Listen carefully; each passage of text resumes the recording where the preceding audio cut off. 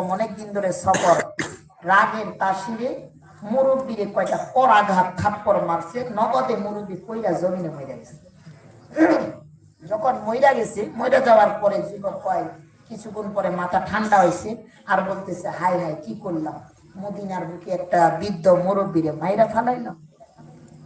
এখন বাংলার জমিনে কিছু কিছু যুবক আর যুবতী রাগের তাসিরে গার্মেন্টসে চাকরি করে, আর কিছুদিন পরে ঝগড়া শুরু হয়ে যায়, হঠাৎ করে তালাক দিয়ে দেয়।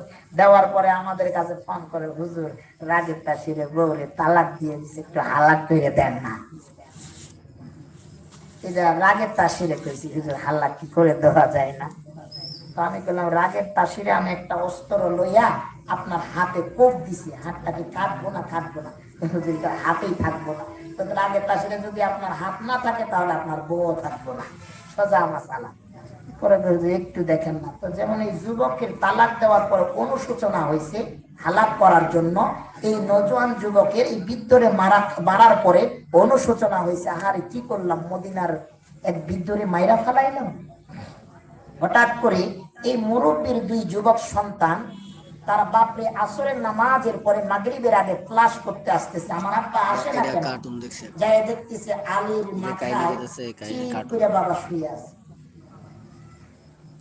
দুই যুবক সন্তান বাপরে দেহটা মারছে, দেখছে মাথা হইতে পা পর্যন্ত পুরো তপ্ত হয়ে গেছে। বাবার লাশের কাছে দেখতেছে একজন ভিনদেশী নজওয়ান যুবক দাঁড়ায় আছে। এক যুবক ডাক দিয়া বলে, ভাই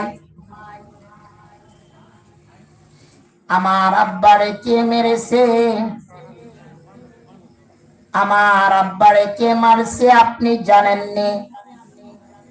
এবার নজওয়ান যুবক বললেন, ভাই আপনিও মুসলমান আমিও মুসলমান, আপনার বাবার সাথে আমার কোনো শত্রুতা নাই, কোনো হিংসা নাই। আপনার আব্বা আমার মদিনার প্রান্তে আমার উট্টারে মাইরা ফেলাইছে, আমিও আমার দেমাকে গরম হওয়ার কারণে আপনার আব্বারে দুটা কর আঘাত করেছি, কিন্তু মারা যাবে এরকম কোনো কল্পনা পরিকল্পনা বা কোনো চেষ্টাও ছিল না।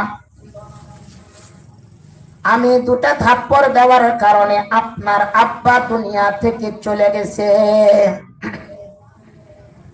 এবার দুই যুবক ভিনদেশী নজওয়ান যুবককে জিজ্ঞাসা করে, যুবক একটা কথা, প্রশ্নের উত্তর দাও তো, আমার আব্বারে আপনি মাইরা ফালাইছেন, ইন্তেকাল করেছে আমার আব্বা, আপনি আত্মহত্যা করেছেন, কিন্তু আমার আব্বারে মারার পরে ইন্তেকাল করার পরে আপনি কেন বা কি কারণে এই জায়গা থেকে পলায়ন করেন নাই, কেন লুকায়া যায় নাই, কেন বা কি কারণে আমার আব্বার কাছে আপনি দণ্ডায়মান,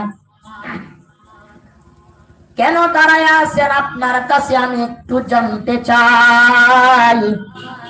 এবার নজওয়ান যুবক বললেন, ভাই আমি শুনেছি কোন মুসলমান যদি কোন মুসলমানের দোষ করে বা আঘাত করে বা কষ্ট দেয়, যতক্ষণ পর্যন্ত ওই মুসলমান তারে না মাফ করবে, আল্লাহ তাআলাও তারে কোনোদিন মাফ করবে না।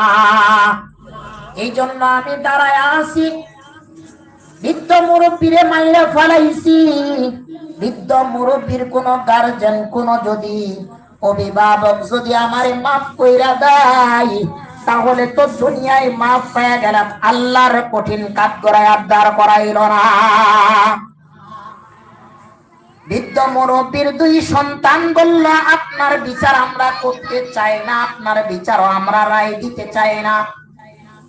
এখনকার জামানায় বাদশাহ খলিফাতুল মুসলিমিন হযরতে ওমর ফারুক রাদিয়াল্লাহু তাআলা আনহুর দরবারে চলো, আমরা বিচার দিব। বাদশাহ খলিফাতুল মুসলিমিন বিচারের যা রায় দেবে আমরাও মাথা পেতে নেব, আপনিও মাথা পেতে নেবেন। খলিফাতুল মুসলিমিনের দরবারে নিয়ে গেলেন, বাপের লাশটারে টান টান কইরা ফালাই লাগছে। দুই যুবক যায় বিচার দিলেন, বাদশাহ এই যে ভিন দেশে একজন নজওয়ান যুবক আমার আব্বারে মদিনার প্রান্তে আত্মহত্যা